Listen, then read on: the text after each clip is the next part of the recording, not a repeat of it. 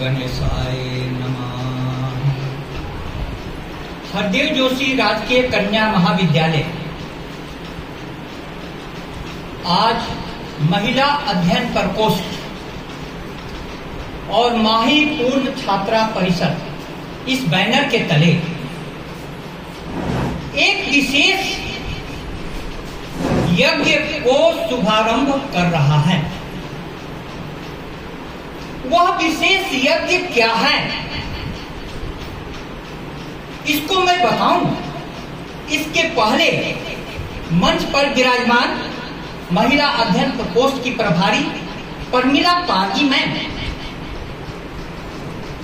Doctor प्रकाश गिरी Goswami sir, मैं क्रम से बोल रहा हूं, आप ध्यान से देख लें,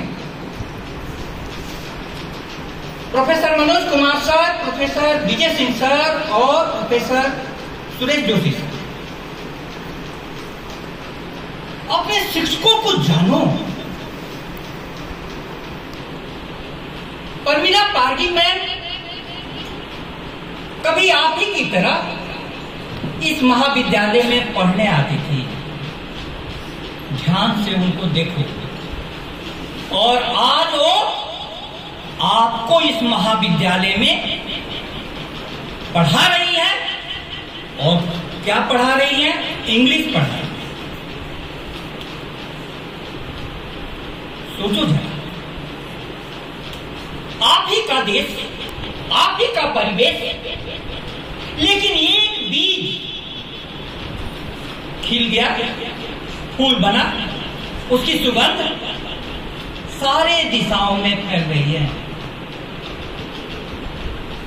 मैं पूछना चाहता हूं आपसे कि एक फूल खिल सकता है तो दूसरा फूल क्यों नहीं खिल सकता? खिल सकता है कि नहीं? एकदम खिल सकता है। एक फूल का खिलना यह प्रमाण है कि इस फूल को कितने अच्छे माली मिले होंगे। उन मालियों ने कितने प्रेम से इस बात को सींचा होगा। शिक्षक की एक परिभाषा मुझे बहुत अच्छी लगती है, आप लोगों को बताऊं।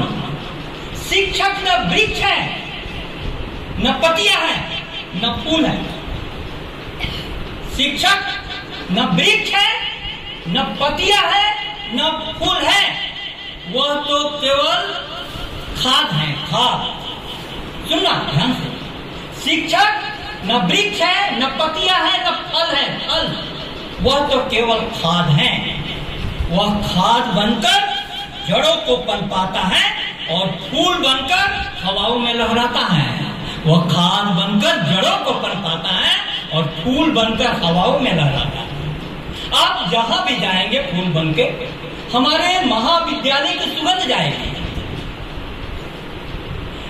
महाविद्यालय और कोचिंग सेंटर में मुख्य अंतर मैंने बताया कि ज्ञानम अनंतम आनंदम, ज्ञान अनंत आनंद है। लेकिन आज कोटा जैसे कोचिंग इंस्टीट्यूट में लड़के आत्महत्या कर रहे हैं। क्यों कर रहे हैं? क्योंकि उनको सिर्फ और सिर्फ सिलेबस टू द पॉइंट, जो क्वेश्चन परीक्षा में आएगा वही पढ़ाएगा। महाविद्यालय आपके लिए नियमित सारे विषयों की क्लासेस लगाता है। सारे विषयों की क्लासेस चलेगी, उसके साथ एक कोचिंग फैसिलिटी आपको दी जा रही है। मेरे प्यारे विद्यार्थियों, इस अवसर को चूकना मत चूकना, नहीं तो जिंदगी भर पछताओगे। मैं बता रहा हूं कि मैं क्यों ऐसी बातें कर रहा हूं। मैंने कहा कि महाविद्यालय में अभी कितनी अच्छी व्याख्यान प्रोफेसर विजय सिंह सर ने दिया। उन्होंने सारी बातें बता दी। तुम अपने टीचरों को नहीं जानते हो, टीचरों को जानो। ये 25 साल तक उस विषय की साधना कर करके और राजस्थान का सबसे कठिन परीक्षा को पास करने के बाद यहां आपको पढ़ाने के लिए नियुक्त हुए। क्या ऐसे शिक्षक आपके शहर में दूसरी जगह मिलेंगे? नहीं मिलेंगे। लेकिन आप कोचिंग में जाते हैं तो वहां पर ऐसे शिक्षक मिलना मुश्किल है। आपको अब महाविद्यालय में वही शिक्षक अपने क्लास में पढ़ाने के बाद आपको कोचिंग में जो दिया जा रहा है वो देंगे। इसलिए मैं आपसे आग्रह करूं कि एक विशेष अवसर है। गोविंद गुरु ट्राइबल यूनिवर्सिटी जब खुली थी तो शुरू में मैं उसका अकादमिक प्रभारी बनाया गया। क्लासेस चलती थी। मुझको वाइस चांसलर साहब ने कहा कि दुबे साहब आप कोचिंग शुरू करो, क्योंकि बच्चे कोचिंग के नाम पर आ जाते हैं बहुत। सिर्फ 30 विद्यार्थियों को जुटाओ। मेरा अनुभव यह रहा कि जितने भी छात्र थे उनको मैंने कहा कि GGTU Govind Guru tribal university coaching शुरू करने जा रही है, तुम लोग फॉर्म भरो। हमको 30 विद्यार्थी चाहिए। जानती हो 500 विद्यार्थियों ने फॉर्म भरा। उसमें से 150 विद्यार्थियों को मैंने सेलेक्ट किया और वहां पर जो क्लासेस चलती थी 4 से 6, शाम को 6 बजे करीब 100 विद्यार्थी वहां से गोविंद गुरु कॉलेज के पीछे से निकलते थे। उस समय GGTU का अपना रूम भी नहीं था, वहां चलती थी। लेकिन वो वहां के विद्यार्थियों को मैंने शहर के सारे अच्छे टीचरों को कॉल किया, उसमें सुरेश जोशी सर भी। आप जानो यहाँ प्रकाश गिरी गोस्वामी सर किसी कोचिंग इंस्टीट्यूट में पढ़ाते हैं, हीरो बन जाते हैं, बहुत पॉपुलर। और कॉलेज में विद्यार्थी क्लास में उनका फायदा नहीं उठा पाते। आप अपने टीचर को नहीं जानेंगे तो कैसे फायदा उठाएंगे? इन टीचरों के पास पहुंचने के लिए सबसे पहला रास्ता क्या है? बिहार का एक गांव है जहां नालंदा विश्वविद्यालय खुला था, उसके पास एक गांव है जहां का मुख्य नारा है, आप जोर से बोलना, मेरे साथ जोर से बोलना, 2 रोटी कम खाएंगे, 2 रोटी कम खाएंगे। तो ऐसे लग रहा है कि तुम लोग अभी खाने के इंतजार कर रही हो। जोर से बोलो, 2 रोटी कम खाएंगे, 2 रोटी कम खाएंगे, किताब नहीं लाएंगे, किताब नहीं लाएंगे। नहीं, यहाँ तो विद्यार्थी किताब ही नहीं लाते हैं। इतने झूठ तो मत बोलो। तुम लोगों की पीढ़ियां क्यों बर्बाद हो गई? क्योंकि पासबुक की विकृति तुमने अपनाई। प्यारे विद्यार्थियों, मैं चाहता हूं कि पासबुक के स्थान पर मौलिक पुस्तकों की संस्कृति शुरू हो। मौलिक पुस्तकों की संस्कृति। अभी यहां मंच से कहा गया कि आप लोग मौलिक पुस्तकें, प्रमोद सर से आग्रह है कि कृपया मंच पर स्थान ग्रहण करें। हमारे प्रोफेसर डॉक्टर प्रमोद वैष्णव सर, अब आप इस बात को ध्यान से सुन लें। सुरेश जोशी सर आप बैठे। वहां का नारा 2 रोटी कम खाएंगे, किताब नहीं लाएंगे, वहां की जिंदगी बदल दी। उस छोटे से गांव से इतने कलेक्टर, इतने प्रोफेसर, इतने बड़े बड़े अधिकारी निकलते हैं, आप आश्चर्य करेंगे। आज कोटा के बाद सीकर, मैं सीकर का नाम विशेष रूप से दूंगा। उधर मैं गया तो वहां के इलाके में कोई भी बैनर था, उस बैनर पर मैंने नेताजी का फोटो नहीं देखा, या तो किसी टीचर का या किसी पढ़ने वाले विद्यार्थी का। और यहां तक कि ऑटो के पीछे भी किसी टीचर का या पढ़ने वाले विद्यार्थी का, या सेठ को मैंने देखा, या शिक्षक या शिक्षार्थी को देखा। यह क्या कहती हैं कि यह इलाका कुछ विशेष रूप से सोच रहा है। सोच बदलनी चाहिए। बांसवाड़ा के लिए इंजीनियरिंग कॉलेज खोल दिया गया, विद्यार्थी नहीं मिलते हैं। मेडिकल कॉलेज खुलने जा रहा है। यदि आप शुरुआत अपने संस्कार से नहीं कीजिएगा, पहला संस्कार है, एक समय में दयानंद सरस्वती जी ने बोला था, वेदों की ओर लौटो। आज इस महाविद्यालय से एक शिक्षक पुकार रहा है, क्लास की ओर लौटो, क्लास की ओर लौटो, क्लास की ओर लौटो। तुम्हारी जिंदगी बदल जाएगी, तुम्हारी जिंदगी बदल जाएगी। मैंने कहा कि ये व्यक्तित्व को देखो, परमिला पागी मैम की तरफ फिर देखो। एक फूल का खिल जाना ही उपवन का मधुमास नहीं है। बाहर घर का जगमग करना भीतर का उल्लास नहीं है। एक फूल के खिल जाने से पूरी बगिया आनंद से नहीं भर जाती, क्योंकि उसके पास और भी फूल खिलने चाहिए, और भी फूल खिलने चाहिए। एक सामान्य जीके का पेपर जो है वह अपने आप में सारे विषयों का ज्ञान समाहित किए हुए। यहां तो हम लोग कॉलेज में 3 संकायों में बांट देते हैं।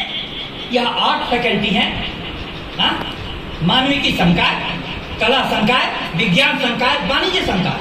लेकिन जीके में आपको सारे संकायों से क्वेश्चन पूछे जाएंगे, क्योंकि आप मोबाइल के साथ विज्ञान के आविष्कारों का लाभ ले रही हैं। जब आप किसी को पत्र लिखती हैं, चाहे वे प्रेम पत्र हो अथवा आवेदन पत्र, उसमें कला की जरूरत है। जब आप बाजार में जाते हैं तो आप भिन्न भिन्न प्रकार के वाणिज्य के अभिरुचियों का, प्रवृत्तियों का प्रयोग करते हैं।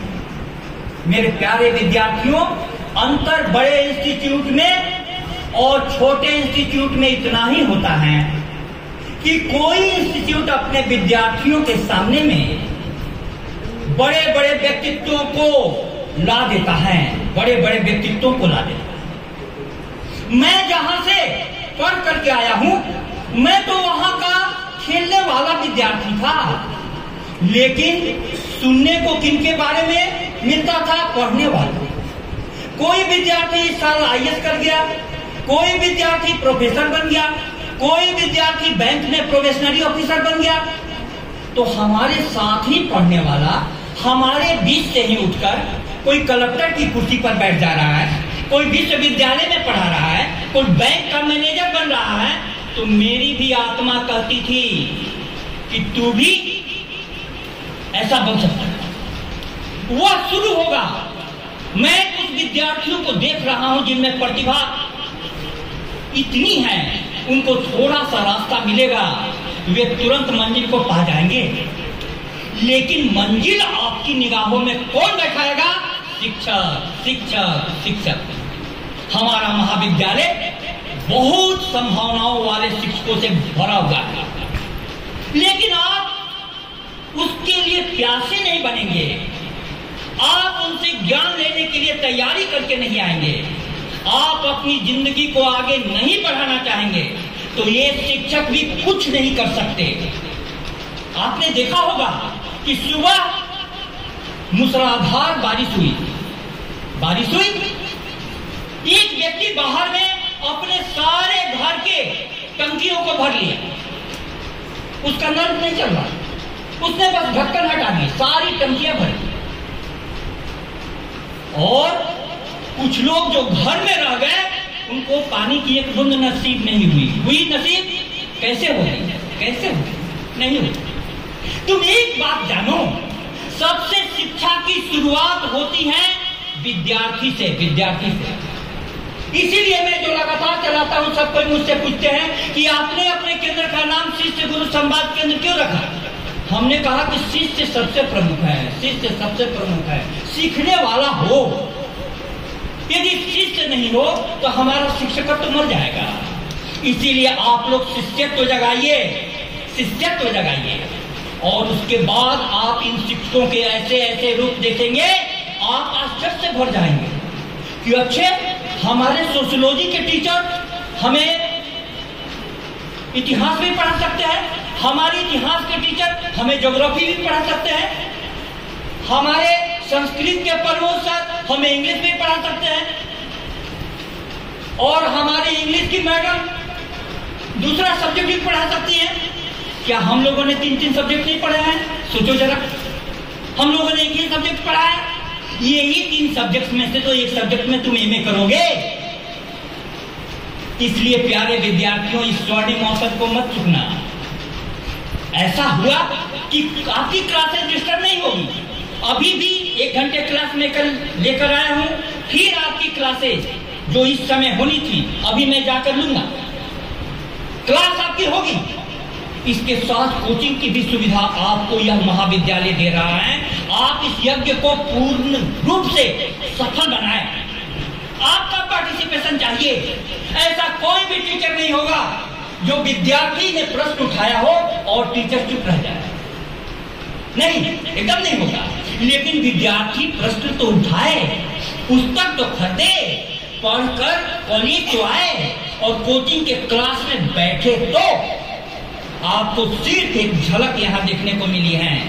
मैं तो बस आपको शुभकामना देते हुए और महिला अध्ययन प्रकोष्ठ और माही पूर्व छात्रा परिषद के सहयोग से चलाए जाने वाले इस कोचिंग क्लास का भविष्य, क्योंकि सारी परीक्षाएं कॉमन एलिजिबिलिटी टेस्ट, मैं संस्कृत का प्रोफेसर बना लेकिन पहला पेपर होता था यही कॉमन एलिजिबिलिटी टेस्ट, जिसका नाम रीजनिंग था। सब जगह आएगा रीजनिंग, सब जगह आएगा कुछ पेपर, आप उससे बच नहीं सकती हैं।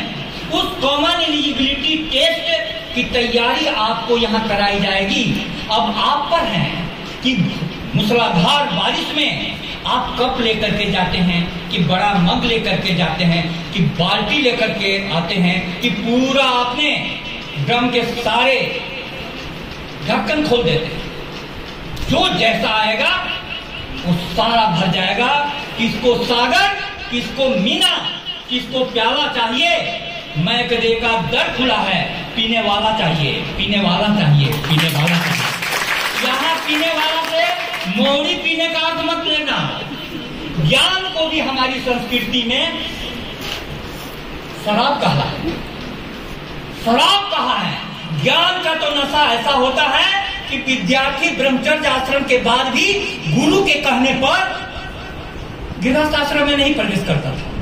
बोला कि आपने तो ऐसी लत लगा दी पढ़ने की, अब तो मैं ज्ञान की दुनिया से बाहर नहीं जाऊंगा।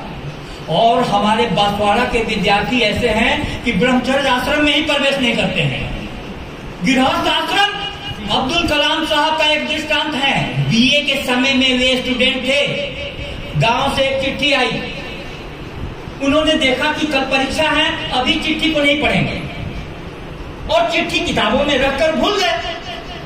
6 महीने के बाद उन्होंने वही किताब खोली, चिट्ठी देखी, उसमें लिखा हुआ था कि तुमको लड़की वाले देखने आने के लिए हैं, तुम जल्दी से आ जाओ गांव। 6 महीने के बाद वो अवसर चूक गया। बोले कि मैं अविवाहित इसलिए रह गया कि एक बार आया हुआ अवसर चूक गया तो चूक गया। मैं काफी खुश हूं अपनी किताबों के साथ। मैं सोचता हूं कि काश बांसवाड़ा के विद्यार्थी होता तो सबसे पहले चिट्ठी खोलता। अच्छा, शादी की बात छोड़ो, परीक्षा तो बाद में हो जाएगी, चलो गांव, परीक्षा तो हर साल होती है।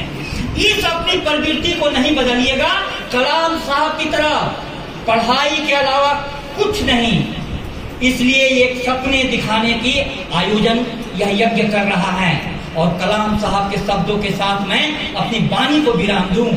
सपने वे नहीं होते जो रात में आते हैं, जो नींद लाते हैं। सपने वे होते हैं जो आपको नींद में जाने नहीं देते, इतना जागरूक बनाते हैं। परमात्मा करे कि वह जागरूकता आप सभी में आए और इस यज्ञ का पूरा फायदा उठाएं। बहुत बहुत धन्यवाद।